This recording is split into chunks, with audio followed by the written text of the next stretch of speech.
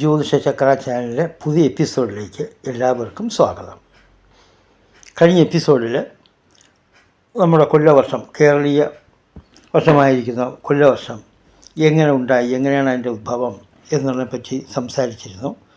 അതുകൊണ്ട് അത് കുറച്ച് ചരിത്ര വിഷയങ്ങളും സംസാരിക്കേണ്ടതായും പറഞ്ഞിട്ടുണ്ടല്ലോ. പണ്ട് ഭാരതത്തിൽ അങ്ങോളം ഇങ്ങോളം പ്രചരിച്ചിരുന്ന ഒരു കാലഗണനാ രീതിയായിരുന്നു സപ്തർഷി വർഷം.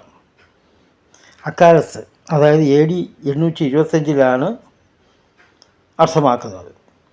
കേരളത്തിലെ കൊല്ലം ഒരു പ്രധാന വാണിജ്യ കേന്ദ്രമായിരുന്നു. അത് കഴിഞ്ഞാൽ കൊച്ചിയും. അവിടെ എത്തിയ വിദേശ കച്ചവടക്കാർ തദ്ദേശീയ എല്ലാം അന്നത്തെ കാലത്ത്, അതായത് അവിടെ എത്തിയ വിദേശീയ കച്ചവടക്കാരും തദ്ദേശീയരും ഒക്കെ ഉപദേശിച്ചിരുന്നത് സപ്തർഷി വർഷത്തിലെ കാലഗണനാ രീതികളുമായിരുന്നു.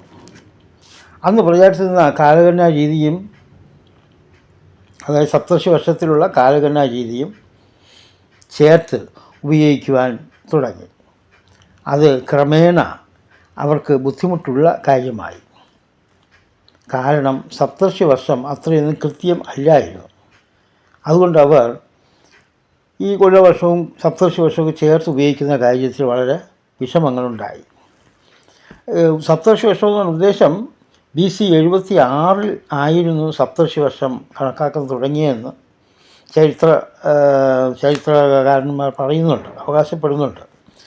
ഓരോ 100 വർഷം കൂടുമ്പോഴും വീണ്ടും ആദ്യം മുതൽ, അത് 1 മുതൽ ആരംഭിക്കുന്ന ഒരു രീതിയായിരുന്നു സപ്തർഷി വർഷത്തിൽ. അതായത് ഇതിൽ കണക്കുകളൊക്കെ ശരിയായ രീതിയിൽ പ്രവർത്തിച്ചിരുന്നില്ല എന്നുള്ളതും ഒരു വിഷമമേറിയ വിഷയമായിരുന്നു. കാലഗണനാ രീതിയിലും പല വ്യത്യാസങ്ങളും തെറ്റുകളും ഉണ്ടായിരുന്നതായും പറയുന്നുണ്ട്. പിന്നെ ഈ 100 വർഷമാണ് ഒരു പഞ്ചാംഗത്തിൻ്റെ, അല്ലെങ്കിൽ സപ്തർഷി വർഷം എന്ന് പറഞ്ഞ് 100 വർഷം വരെ ഒരേ രീതിയിൽ കൊണ്ടുപോകും. അപ്പോൾ ഇതൊരു ബുദ്ധിമുട്ടുള്ള കാര്യമായി തീർന്നു.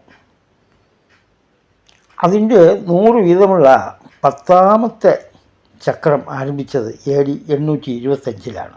അതുകൊണ്ടാണ് ഇപ്പോൾ സപ്തർഷി വർഷത്തെക്കുറിച്ച് പറയാൻ കാരണം. അപ്പോൾ അത് 100 വർഷം കൂടുമ്പോഴാണ് ഒന്നേന്ന് വീണ്ടും ആരംഭിക്കുന്നതെന്ന് പറഞ്ഞല്ലോ. അത് 100 വീതമുള്ള 10ാമത്തെ ചക്രം ആരംഭിച്ചത് AD 825. ആ സമയം നോക്കി കൊല്ലവർഷം ആരംഭിച്ചു. കൊല്ലവും വർഷവും ഒരേ അർത്ഥമുള്ള വാക്കാണെങ്കിലും കൊല്ലം എന്ന സ്ഥലവുമായി ബന്ധപ്പെട്ടാണ് കൊല്ലവർഷത്തിന് നാമകരണം ചെയ്തിരിക്കുന്നത്. അപ്പോൾ രാജ്യതലസ്ഥാനവും കൊല്ലത്തായിരുന്നു. അങ്ങനെ അന്ന് പല പ്രാധാന്യങ്ങളും കൊല്ലത്തിനുണ്ടായിരുന്നു. എന്തായാലും കൊല്ലവർഷം രൂപീകരിച്ചത് AD 825 ആണെന്നത് നിസ്സംശയം നമുക്ക് ക്രിസ്തുവർഷത്തിൻ്റെയും കൊല്ലവർഷത്തിൻ്റെയും കണക്കുകളിലൂടെ ഞാൻ നിങ്ങൾക്ക് വ്യക്തമാക്കി കഴിഞ്ഞു. കൊല്ലവർഷത്തിലെ മാസങ്ങളുടെ പേര് സൗരവർഷത്തിൻ്റെ രാശികളുടെ പേര് തന്നെയാണെന്ന് നേരത്തെയും പറഞ്ഞിരുന്നു. കൊല്ലവർഷത്തിലെ മാസങ്ങൾ മേടം, ഇടവം, മിഥുനം തുടങ്ങി 12 മാസങ്ങൾ. ഈ മാസങ്ങളുടെ ദിവസങ്ങൾ എന്ന് പറയുന്നത് 28 മുതൽ 32 വരെയാണ്. ഈ 12 മാസങ്ങളിലും ചില മാസങ്ങൾ 28, ചില 30, ചില 31, 32 ഇങ്ങനെ വരുന്നു.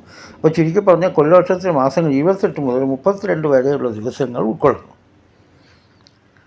ഇനി അടുത്ത എപ്പിസോഡിൽ ബാക്കി വിഷയങ്ങൾ നമുക്ക് സംസാരിക്കാം. നമസ്കാരം.